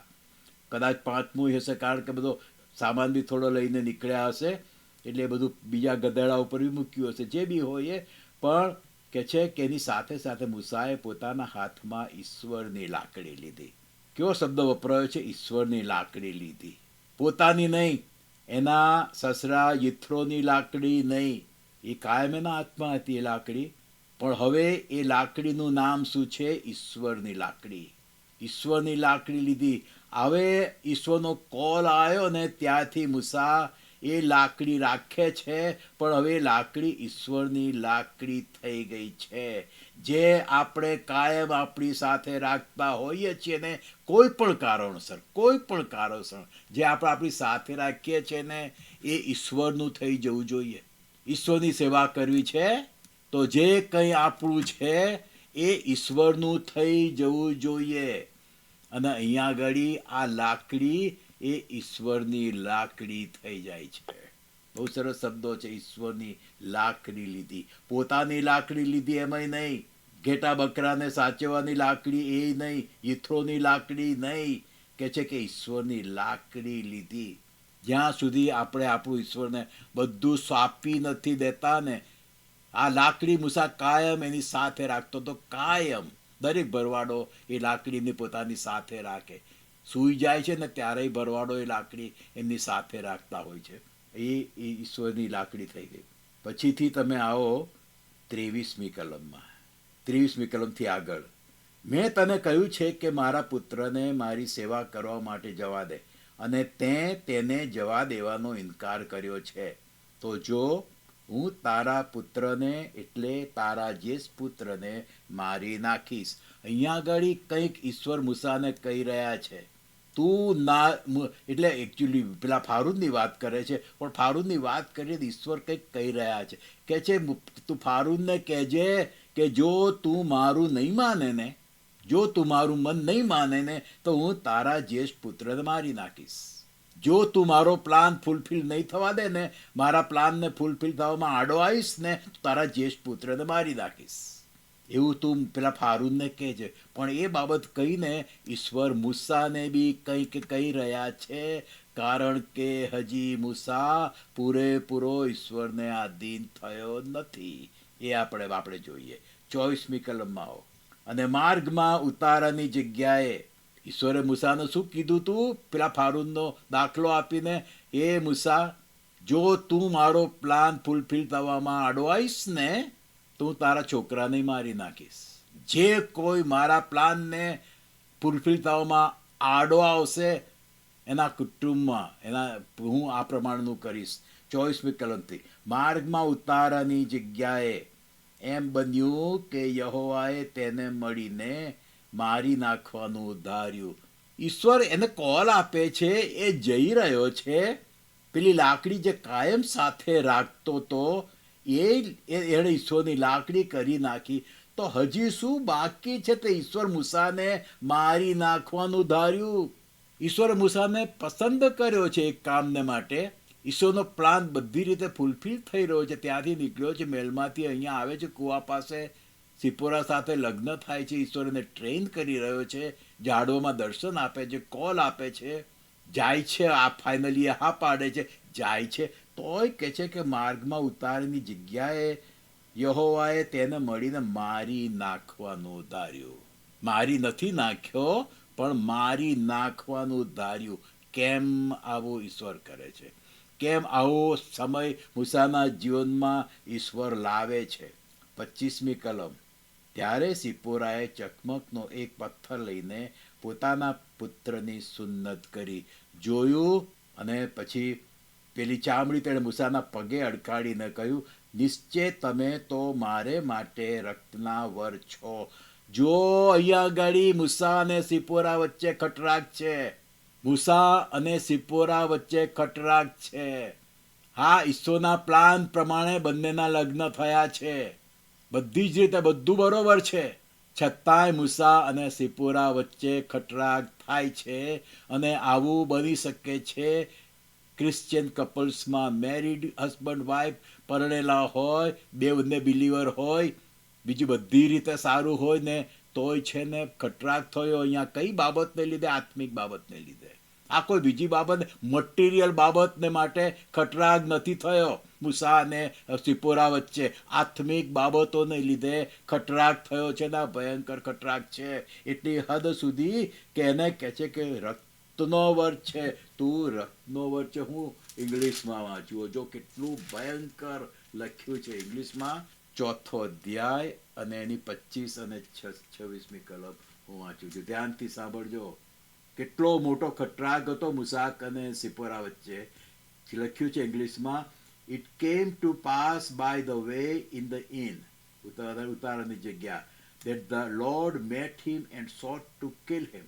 Then Sipporah took a sharp stone and cut off the foreskin of her son and cast it at his feet and said, surely a bloody husband you are. એના હસબન્ડને બ્લડી કહે છે. જો સિપોરા કેવી ગુસ્સે થઈ છે કે એના હસબન્ડ મૂસાને બ્લડી હસબન્ડ કે છે. એક વાર નહીં, 2 વાર. ઓકે, 25મી કલમમાં એક વાર કહે છે surely you are a bloody husband. અને પછી 26મી કલમમાં ફરીથી કહે છે, શું કહે છે? સી સેડ આ બ્લડી હસબન્ડ યુ આર. 2 વાર સિપોરાના હસબન્ડને કહે છે બ્લડી હસબન્ડ. કેટલો મોટો ખટરાગ, કેટલો મોટો ખટરાગ.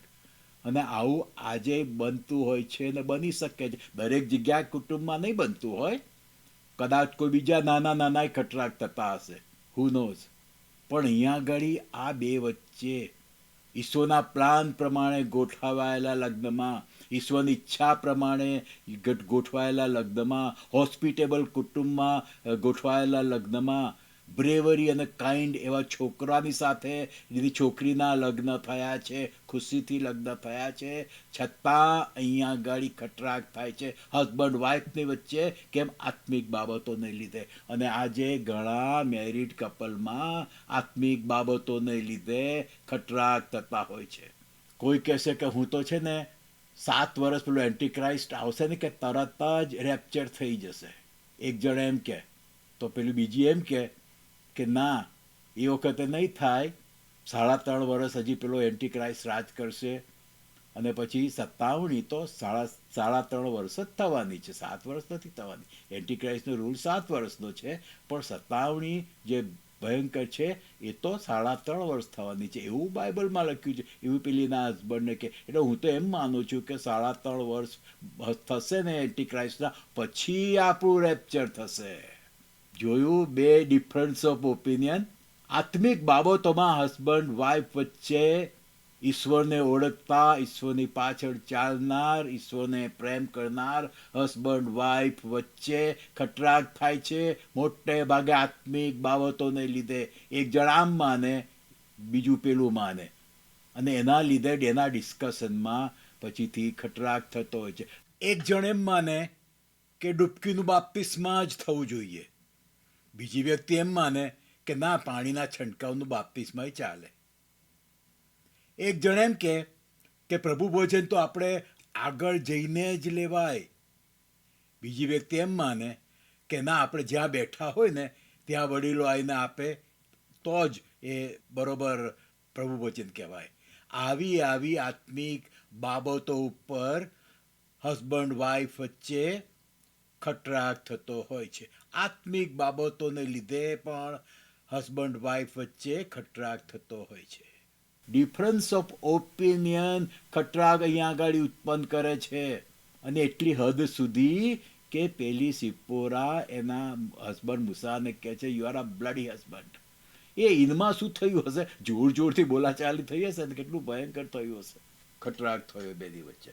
કેમ? મૂસાએ એની સુન્નત કરી નહોતી, પીરિયડ. મૂસાની ફેલ્યોર છે અહીંયા આગળ. કારણ કે એને ખબર નીકળ્યો, ભાગ્યો તો કેમ? એને એ ટાઈમે તો ખબર હતી કે પોતે યહૂદી છે અને એની પોતાની એના પેરેન્ટ્સે સુન્નત કરેલી, એટલે એને ખ્યાલ આવ્યો હશે કે મારી તો સુન્નત આગળ આ પ્રમાણે થયેલું છે. અને સુન્નત કરાવવાની રીત ફક્ત યહૂદીઓમાં જ નહોતી. બીજા લોકો એ ટાઈમે તો મુસલમાન ધર્મ હતો જ નહીં, પણ બધા જે જુદી જુદી ટ્રાઇબ્સ હતી મિસરની અંદર અને અહીંયા મિદ્યાનની અંદર, એ બધી જગ્યાએ સુન્નતનો એ હતો, પણ જુદી જુદી પદ્ધતિ હતી. મિસરમાં જુદી પદ્ધતિ હતી અને મિદ્યાનમાં બી જુદી પદ્ધતિ હતી. અને એ લોકો બાળકોની છોકરાઓની સુન્નત ક્યારે કરે? એના લગ્ન થવાના હોય ને એના થોડા દિવસો પહેલાં સુન્નત કરે. ઈશ્વરનો નિયમ તો શું હતો કે 8મા દિવસે સુન્નત કરવાની. પણ આ મૂસાએ એના બાળકોને આ મિદ્યાનની જે ટ્રેડિશન હતી, આ જે ટ્રાઇબની હતી, એ તો યાજક હતો અને એટલે જે એ લોકોની રીત ભાત હશે એના પ્રમાણે મૂસાએ એના બંને છોકરાને ટ્રેન કર્યા હતા, ઈશ્વરના નિયમ પ્રમાણે નહીં. કલ્ચરની બાબતમાં મૂસા ભળી ગયો હતો. આ જે એની જે ટ્રાઇબ હતી, એના ફાધર ઇન લો અને એની વાઇફ સિપોરાની જે કંઈ ટ્રાઇબ હતી, એમાં જે કંઈ કલ્ચર હતી, જે રીત રિવાજો હતા, એમાં મૂસા ભળી ગયો હતો અને એણે એના બાળકોની સુન્નત કરી નહોતી 8મા દિવસે. અને ઈશ્વર ગુસ્સે થયો હતો અને ઈશ્વરે ફિક્સ કરવા માગે છે, આ પ્રોબ્લેમ ફિક્સ કરવા માગે છે. તારે મારું કામ કરવું છે મૂસા, તો તને જે શીખવામાં આવ્યું છે, તું જાણે છે એ પ્રમાણે તારે કરવાનું છે. જે લોકોની મધ્ય તું રહે છે એમના રીત રિવાજ પ્રમાણે નહીં, પણ મેં જે કીધું છે ઇબ્રાહિમથી શરૂ કરીને 8મા દિવસે સુન્નત કરવાની, એ તારે કરવાનું હતું. મૂસાએ કર્યું નથી અને મૂસાએ એના બાળકોને આ મિદ્યાનના જે રીત રિવાજો હતા એ પ્રમાણે એણે ટ્રેન કર્યા હતા. એટલે એની સુન્નત કરી નથી. કદાચ એનો પ્લાન હશે સિપોરાની ઈચ્છા પ્રમાણે કે મોટા થશે, એના લગ્નનો સમય આવશે ત્યારે એમની સુન્નત કરીશું. અને મૂસાએ માની લીધું તો હા પાડી દીધી હતી. અને હું નોસ કે મૂસાની ઈચ્છા હોય બી ખરી 8મા દિવસે સુન્નત કરવાની, પણ અહીંયા પેલી સિપોરાએ ના પાડી હશે. અને સિપોરા અને એના ફાધર ઇન લો એ બધાનું માન રાખવાને માટે મૂસાએ ઈશ્વરની સૂચનાને ગણકારી નહીં અને એના ફાધર ઇન લો અને એના વાઇફની જે ટ્રેડિશન હતી એ પ્રમાણે એણે સુન્નત કરાઈ નહોતી. અને અહીંયા આગળ એના કારણે ઈશ્વર ગુસ્સે 2 વાર ગુસ્સે થયા. એક ક્યાં ગુસ્સે થયા? જ્યારે મૂસા ના પાડતો તો જવાની, પેલું બળતા ઝાડવાની આગળ, ત્યારે આપણે જોયું 4 અધ્યાય 14મી કલમમાં કે મૂસા ઉપર ઈશ્વરનો ક્રોધ સળગી ઉઠ્યો હતો. હવે બીજી વાર બી ઈશ્વરનો ક્રોધ સળગી ઉઠે છે, એટલી હદ સુધી કે ઈશ્વર કહે છે એને મારી નાખો. જો અહીંયા એ મારું નહીં માને ને તો હું એને મારી નાખીશ. માર્ગમાં ઉતારેની જગ્યાએ 24, 25, 26 કલમ બહુ કરુણ કલમ છે. 24, 25, 26 કલમ એ મૂસાની આ ઈશ્વરની ઇન્સ્ટ્રક્શન પ્રમાણે નહીં કરવાની, ઈશ્વરની સૂચનાઓને ગણકારવાની નહીં. આ બધી બાબતની મૂસાની ફેલ્યોરની બાબત છે. માર્ગમાં ઉતારની જગ્યાએ એમ બન્યું કે યહોવાએ તેને મળીને મારી નાખવાનું ધાર્યું. અને સિપ્પોરાને ખબર પડી ગઈ કે શું પ્રોબ્લેમ છે. એને ખબર પડી ગઈ કે અહીંયા આગળ ઈશ્વર એના એન્જલની મારફતે અહીંયા આગળ વ્યવહાર કરી રહ્યા છે મૂસાની સાથે, સિપ્પોરાની સાથે. અને એ સિપ્પોરાને ખબર પડી કે જો આ સુન્નત થઈ નથી ને એટલે ઈશ્વર મારા હસબન્ડ મૂસાને મારી નાખશે. અને એ મારી નાખશે તો હું એકલી પડી જઈશ, અને હું એકલી અને મારા 2 બાળકોનું શું થશે. એટલા માટે એ પછી આખરે એ પોતે એ એના છોકરાઓની સુન્નત કરે છે. કારણ કે સિપોરાને ખબર તો હતી કે કેવી રીતે સુન્નત થાય, પણ એણે એના કલ્ચર પ્રમાણે, એની રીત પ્રમાણે સુન્નત કરી નહોતી. એટલે હવે આ સિપોરાએ ગભરાઈ જાય છે કે જો આની સુન્નત નહીં થાય ને તો મર્યા, મારા હસબન્ડને મારી નાખશે, અને પછીથી જલ્દી સુન્નત કરે છે. કેમ મૂસાએ સુન્નત ના કરી? એ પ્રશ્ન છે. મૂસાએ કેમ ના કર્યું? કારણ કે ત્યાં તો માણસો એમના છોકરાઓની સુન્નત કરે. તો કે છે કે યહોવાએ તેને મારી નાખવાનું ધાર્યું. એટલે ઈશ્વરે મારી નાખો તો કંઈ હાર્ટ એટેક નહોતો લાવી દેવાના. કારણ કે ઈશ્વર રાહ તો જોયો ને કે ભાઈ હું આવું કરું છું તો સુધરે છે કે નહીં, માને છે કે નહીં. ધીમે. એટલે આપણે એનો વિચાર કરીએ, મારી નાખવાનું ધાર્યું, અને પછી મૂસા સુન્નત નથી કરતો પણ સિપોરા કરે છે. તો દેટ મીન્સ કે મૂસા એ ઉતારની જગ્યાએ કંઈક થયું અને માદો પડી ગયો, ખાટલાવશ થઈ ગયો. એના કારણે એ કરી શકે એવી પરિસ્થિતિમાં નહોતો, નહીં તો મૂસા પોતે જ એના છોકરાની સુન્નત કરત. પણ ઈશ્વરે મારી નાખવાનું તો પહેલાં માદો પડે. મોટાભાગના લોકો શરૂઆતમાં માંદા પડે, પછી માંદગી વધતી જાય અને પછી તે મૃત્યુ પામે. એટલે અહીંયા આગળ ઈશ્વરે એને મૂસા સુન્નત નથી કરતો, એટલે મૂસા હવે અશક્ત થઈ ગયો છે, ખાટલાવશ થઈ ગયો છે. કારણ કે ઈશ્વર એને મારી નાખવાનો પ્રયત્ન કરે છે, પણ એમાં વસ્તુ સુધરી જાય છે. કે છે મારી નાખવાનું ધાર્યું, પણ ઈશ્વર એને મારી ના નાખ્યો. કારણ કે એ ટાઈમે સિપોરાની આંખો ખુલી. અને અહીંયા આગળ આપણે એક બાબત સ્પષ્ટ જોઈ શકીએ છીએ કે મૂસા ભાગી નીકળ્યો તો મિસરમાંથી. એના લોકોને માટે એને લાગણી હતી, એ બધી બાબતો આપણે જોઈએ છીએ. અને મૂસા ઈશ્વરથી બીનાર એવો હતો, અને એટલા માટે એણે પ્રયત્ન પણ કર્યો હશે, સિપોરાને સમજાયું હશે, પણ સિપોરાનું વધારે ચાલ્યું, કારણ કે તે એના કુટુંબ સાથે રહેતા હતા બધા. અને એટલા માટે મૂસાએ નમતું જોખ્યું અને એણે સુન્નત ના કરાવી. અને મૂસાને થતું હશે કે આ મારી પત્ની એ હજી બરોબર ઈશ્વરને કમિટ નથી થઈ, એટલે મૂસા સિપોરાને માટે પ્રાર્થના કરતો હશે એવું મને લાગે છે.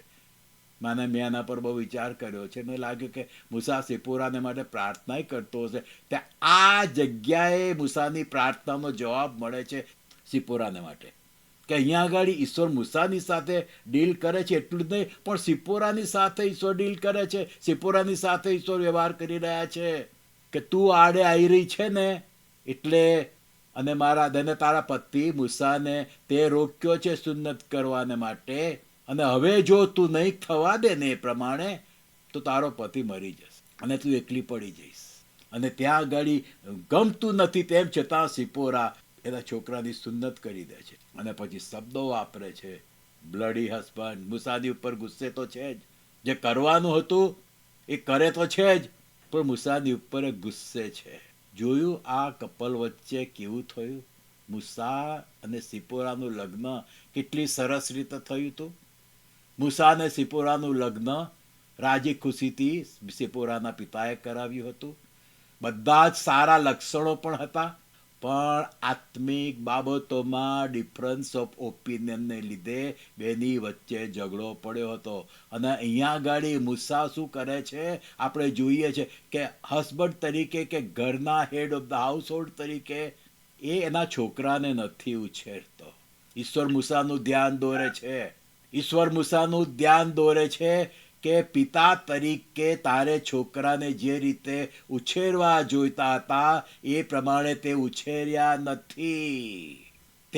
તું જ્યાં રહે છે, 40 વર્ષ જ્યાં તું રહ્યો ત્યાંના રીત રિવાજ પ્રમાણે તું તારા છોકરાને ઉછેરી રહ્યો છે.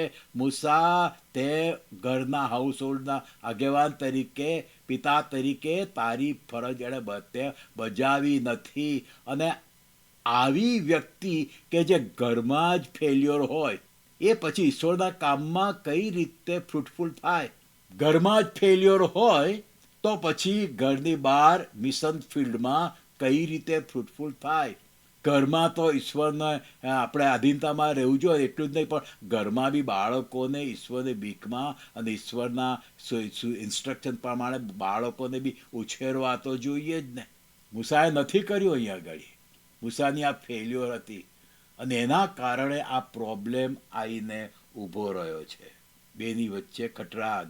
હા, હસબન્ડ વાઈફ વચ્ચે ખટરાગ થઈ શકે છે, પણ એક વસ્તુ જોવાની છે કે ખટરાગ થાય છે ને એ જમાનામાં પણ છૂટાછેડા ને બધું હતું, પણ આવું નથી બનતું.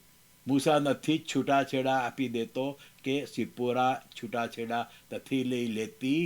ફક્ત એક બીના બને છે. આવી બીના બન્યા પછી બંને વચ્ચે જે ખટરાગ થયો ને એના કારણે શું બને છે એવું તમને બતાવું. તમે નિર્ગમન 18 એની બીજી કલમ. સુન્નત પતી ગઈ છે પણ બેની વચ્ચેનો ખટરાગ ચાલુ જ છે. 18મો અધ્યાય ને બીજી કલમ શું છે? મૂસાએ પોતાની પત્ની સિપ્પોરાને તેના 2 પુત્રો સહિત મોકલી દીધી હતી. પહેલી કલમથી વાંચીએ, પહેલી ને બીજી કલમ. ઈશ્વરે મૂસાને માટે તથા પોતાના ઇઝરાયેલી લોકોને માટે જે સર્વ કર્યું હતું તે તથા તેને કેવી રીતે મિસરમાંથી ઇઝરાયલને કાઢી લાવ્યા હતા તે મૂસાના સસરા એટલે મિદ્યાનના યાજક યિથ્રોને સાંભળ્યું. હવે આ 18મો અધ્યાય એ છે કે મૂસા બધાને છોડાવીને લાવે છે અને પાછો એ જ જગ્યાએ સિનાઈ પર્વત ત્યાં આગળ આવે છે. એનાથી બહુ દૂર પેલો કૂવો નહોતો. એ જગ્યાએ પાછો મૂસા આવે. ઈશ્વર એને લાવે છે. મૂસા સાહેબ કેટલા બધા લોકોને મિસરમાંથી છોડાવી એ જ જગ્યાએ લાવે છે અને ત્યાં એને એના સસરાની મુલાકાત થાય છે. અને ત્યારે શું બને છે? મૂસાએ પોતાની પત્ની સિપ્પોરાને કે લખવામાં આવ્યું છે કે તેને 2 પુત્રો સહિત મોકલી દીધી હતી. એટલે આ ઉતારાની જગ્યાએ જે બેની વચ્ચે ઝઘડો પડ્યો હતો ને એના કારણે મૂસાએ એની પત્ની સિપ્પોરા અને 2 છોકરાઓને પાછા મોકલી આપ્યા હતા. મૂસાને લાગ્યું કે આવું ક્યાં સુધી ચાલશે, મારે તો એક મોટા મિશન માટે જવાનું છે. કારણ કે ઈશ્વરે બધું એને કીધું હતું, જાડવા બોલ્યા હતા અને કીધું હતું કે શું શું કરવાનું છે. બહુ જબરજસ્તી મિનિસ્ટ્રી હતી, મિશન હતું એક મોટું. કે છે કે આવું ક્યાં સુધી, ત્યાં જઈએ મિસરમાં અને બધું મારે કામ કરવું છે, ત્યાંય મારી સાથે ઝઘડા કર્યા કરશે તો શું થશે? હું મારું કામ નહીં કરી શકું. અને અહીંયા આગળ એટલે એને મૂસાએ પછીથી ઉતારાની જગ્યાએથી એની પત્ની સિપ્પોરાને અને તેના 2 પુત્રોને મોકલી આપ્યા હતા. મોકલવાના માટે પેલા ગધેડાને તો બધું હતું જ, એટલે મોકલી આપ્યા. જો બેનો ખટરાક હજી કેટલું ચાલ્યો છે બરોબર. અને તોય પેલું સુન્નત થઈ ગઈ છે ને એટલે ઈશ્વર મૂસાનો ઉપયોગ કરે છે. હવે તમે આવો, બહુ ઇન્ટરેસ્ટિંગ છે. જો દુઃખની વાત છે પણ ઇન્ટરેસ્ટિંગ છે. હવે આપણે આવીએ 5મી કલમ, 18મો અધ્યાય અને 5મી કલમ.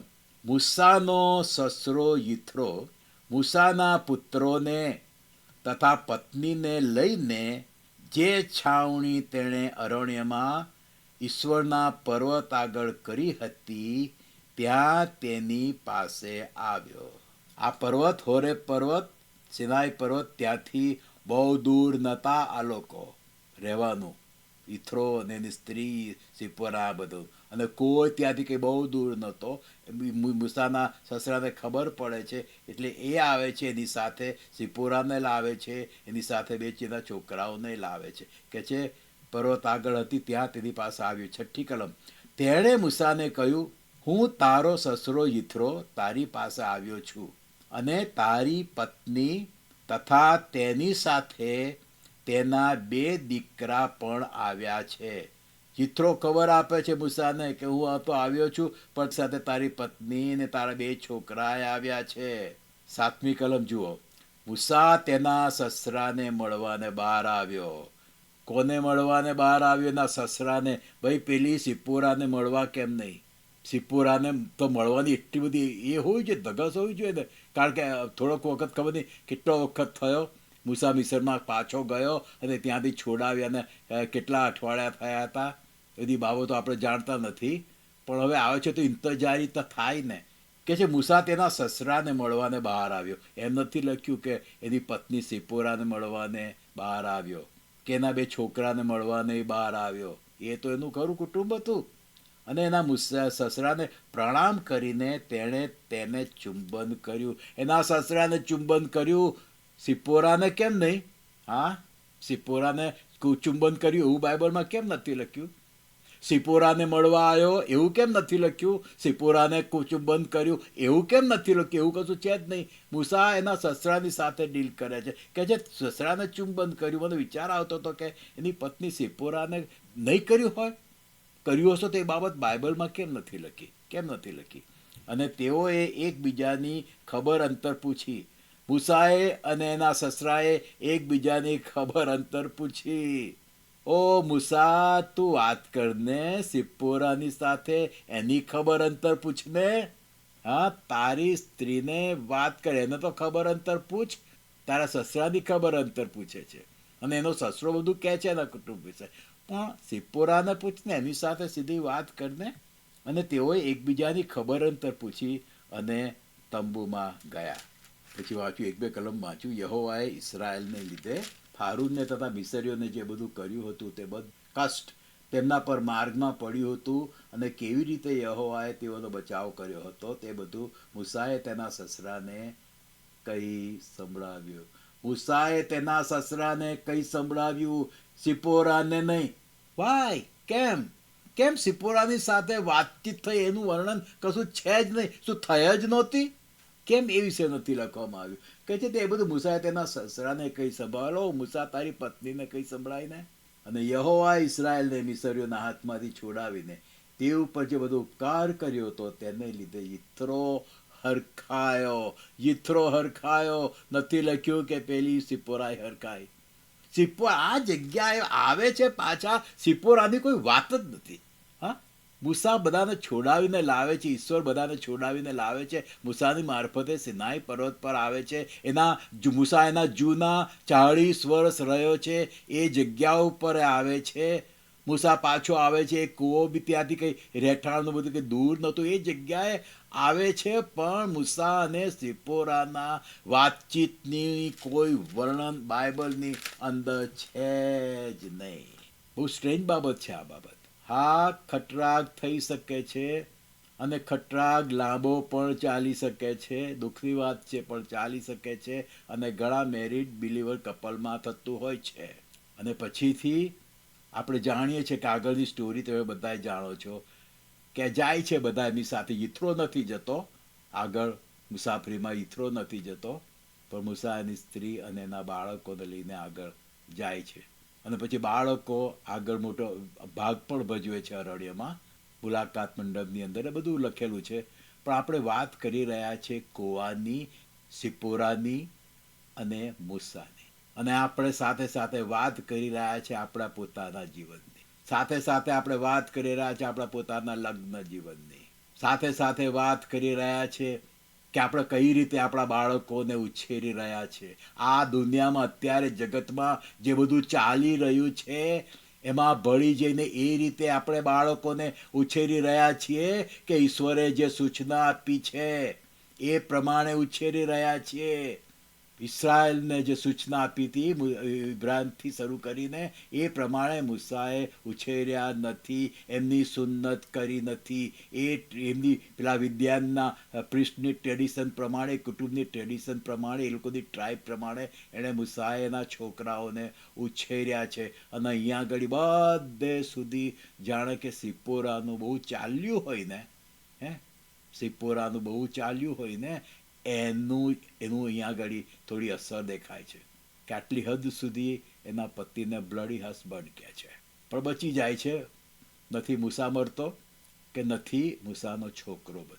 મૂસા આટલો બધો કેમ સાયલન્ટ છે એની પત્ની વિશે? મેં કીધું ને અહીંયા આગળ જેની વાત કરે છે એના સસરા સાથે બધી વાત કરે છે. એ શું બતાવે છે કે મૂસા એની પત્ની વિશે બિલકુલ સાયલન્ટ છે, કારણ કે એની પત્ની સિપ્પોરાનું આત્મિક બાબતોમાં જે વર્તન હતું, આત્મિક બાબતોમાં જે ડિફરન્સ ઓફ ઓપિનિયન હતો, એના કારણે જે બન્યું હતું મૂસાને ગમ્યું નહીં હોય એટલે, અને મૂસાને લાગ્યું છે કે આ માનતી નથી, એટલે મૂસાએ ઈશ્વરને બધું સોંપી દીધું. ઓ ઈશ્વર, તને સોંપું છું મારી પત્ની. ઓ ઈશ્વર, તને સોંપું છું મારી પત્ની. તું મારી પત્ની સાથે ડીલ. તું એને યોગ્ય વિચારો આપ, તું એને તારી સમજ આપ, તું એને તારા માર્ગમાં ચાલતા શીખવ. ડિફરન્સ ઓફ ઓપિનિયન, પ્રભુ સાચું શું છે ખોટું શું છે એ બધું તું એને કહે. મૂસાએ સિપ્પોરાને ઈશ્વરના હાથમાં સોંપી દીધી હતી. એટલે અહીંયા આગળ આપણે બે વચ્ચે, મૂસા અને સિપ્પોરા વચ્ચે વાતચીત જોતા નથી. કારણ કે વાતચીત કરવા જાય ને પાછો કંઈ ખટરાક થઈ જાય.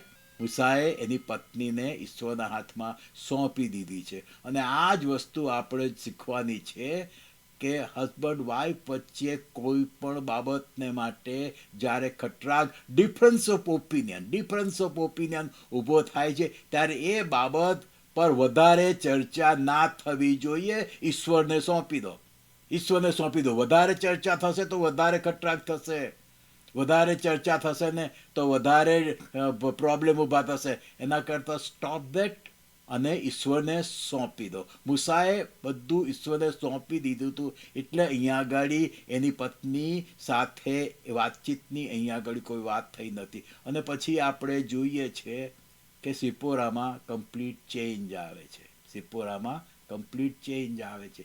એ મૂસાની સાથે જાય છે, એના બે છોકરાય એની સાથે જાય છે. ઈશ્વરને સોંપી દે છે ને તો ઈશ્વર પછી બધું સંભાળી લે છે. ઈશ્વરને સોંપી દે છે. જો હસબન્ડ ખોટો હોય તો હસબન્ડને ઈશ્વર શીખવશે, સ્ત્રી ખોટી હોય તો ઈશ્વર સ્ત્રીને ખોટું બરોબર શીખવશે અને યોગ્ય બાબત બતાવશે. પણ એ બાબત ઉપર વધારે ચર્ચા ના થવી જોઈએ.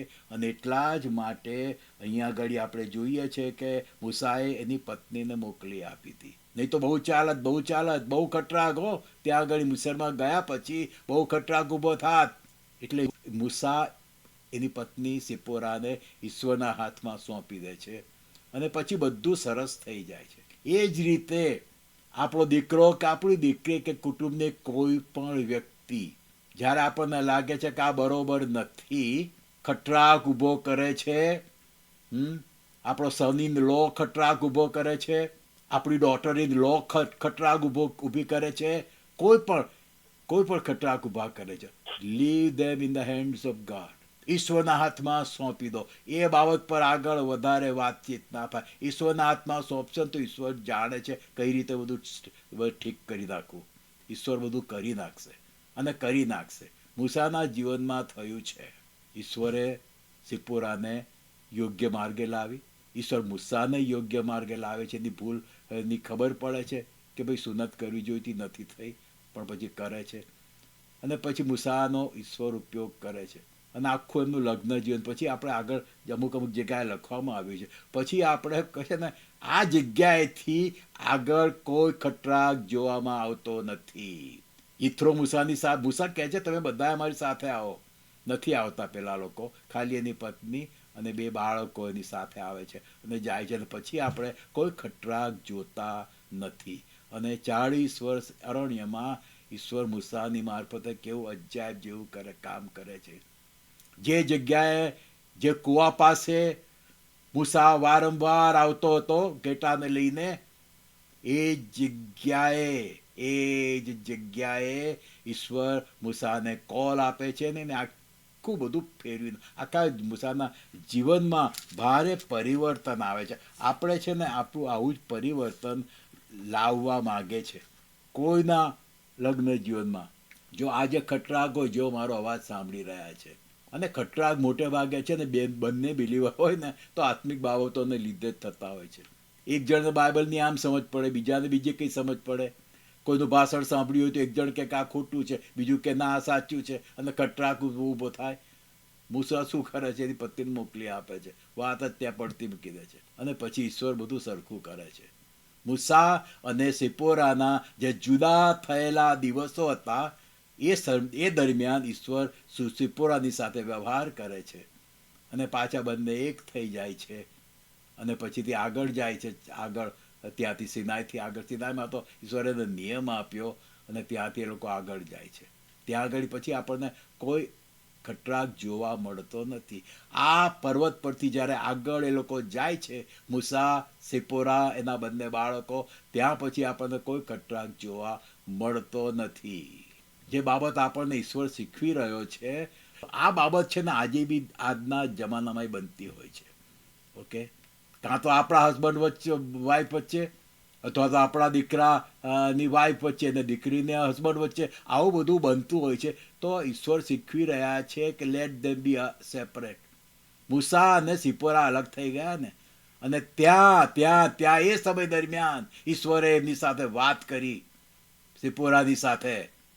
એ જુદાઈના સમયમાં ઈશ્વરે સિપોરાની સાથે વાત કરી, અને ત્યાંથી પછી એ લોકો આગળ જાય છે. હેપી એન્ડિંગ ત્યાં આગળ છે. અને એ જ રીતે આપણા બાળકોનું બી આપણે જોઈએ. Live in the hands of God. ઈશ્વરને સોંપી દો. જુદા થઈ જતા હોય, ઈશ્વરને સોંપી દો.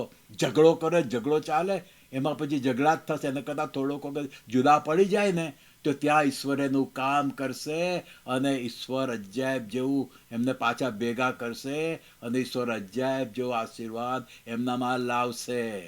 Leave it in the hands of God. ઈશ્વરના હાથમાં સોંપી દો. ખટરાક ઊભો થયો છે તમારી અને તમારા પતિ વચ્ચે કે તમારી પત્ની વચ્ચે, ઈશ્વરના હાથમાં સોંપી દો.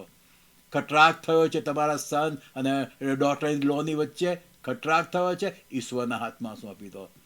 અલગ થઈ ગયા છે, થોડોક વખત અલગ થવા દો, જો ઈશ્વર કેવું કામ કરે છે, પણ ઈશ્વરના હાથમાં સોંપી દો. ઈશ્વરને રોજ પ્રાર્થના કરો તો ઈશ્વર બધું ઠીક કરી નાખશે. અહીંયા આગળ હું અંત લાવવા માગું છું, કારણ કે એમાં આપણા ઇન્વોલ્વમેન્ટનો અને ઈશ્વરના વચનોને સમજવાને માટે આપણે બી બહુ અગત્યનો ભાગ ભજવ્યો છે. આપણે કયો ભાગ ભજવે છે ને, એના માટે હું તમને કહું છું કે હું તમને 3-4 વાક્યો બોલાવવા માગું છું. તમે બોલો એટલે કે હું ફોર્સ નથી કરતો. જો તમને આજના અભ્યાસથી કંઈક જાણવા મળ્યું છે, શીખવા મળ્યું છે, તો વિશ્વાસથી તમે આ 3-4 વાક્ય હું તમને બોલાવવા માગું છું ને, એ તમે બોલો. વિશ્વાસથી બોલો. જેમ આપણે વિશ્વાસથી કેવી કબૂલાત કરીએ છીએ ઈશ્વરની આગળ, હા, એ પ્રમાણે વિશ્વાસથી તમે આટલું બોલો તમારા માટે. જો તમને કંઈક જાણવા મળ્યું છે આજના અભ્યાસથી, તો તમે વિશ્વાસથી આ પ્રમાણે બોલો. હું એક થોડું બોલીશ અને તમે એ પ્રમાણે પછી તમે બોલજો. આજે જુલાઈ 2, 2024નો દિવસ ઈશ્વરે નક્કી કરેલો દિવસ છે મારા માટે. ઈશ્વરે નક્કી કરેલો આ દિવસ છે મારા દીકરા અને મારી ડોટર ઇન લોને માટે. ઈશ્વરે આ દિવસ નક્કી કરેલો છે મારી ડોટર અને મારા સન ઇન લોને માટે. ઈશ્વર એક દિવસ મને અને અમને એક કૂવા પાસે લઈ જશે, અને કૂવા પાસે ઈશ્વર મારા હૃદયની ઈચ્છાને પૂરી કરશે. આજનો દિવસ એ ઈશ્વરનો નક્કી કરેલો દિવસ છે, અને હું વિશ્વાસથી કહું છું કે આ કૂવા પાસે જે કંઈ બનશે એમાં ઈશ્વર મારી જે પ્રાર્થનાઓનો હજી જવાબ મળ્યો નથી, એ પ્રાર્થનાઓનો જવાબ આ જગ્યાએ ઈશ્વર આપશે મને. આજનો દિવસ ઈશ્વરનો નક્કી કરેલો દિવસ છે કે આ કૂવા પાસે જે મારી પ્રાર્થનાઓ અનસ્પોકન પ્રેયર્સ હતી કે બીજાઓને હું કહી શકી નથી, એનો જવાબ મને મળશે. વિશ્વાસથી હું કહું છું કે આ કૂવા પાસે ઈશ્વર મને યોગ્ય વ્યક્તિઓનો મેળાપ કરાવશે, અને એ વ્યક્તિઓ મારા જીવનમાં સારો ફેરફાર લાવવાને માટે બહુ અગત્યનો ભાગ ભજવશે. ઈશ્વર મને આ કૂવા પાસે લાવીને જેમ પેલા લડનાર ઝઘડનાર એવા ભરવાડોને ભગાવ્યા, એ જ રીતે મારી આસપાસ જે લડનાર ને ઝઘડનારા છે લોકો, ઈશ્વર એમને દૂર કરશે. આજનો આ જુલાઈ 2 તારીખનો દિવસ મારા જીવનમાં અને મારા કુટુંબમાં ભારે પરિવર્તન લાવનારનો દિવસ ઈશ્વર બનાવશે. વિશ્વાસથી હું આ કહું છું, અને એ પ્રમાણે થશે. આમેન.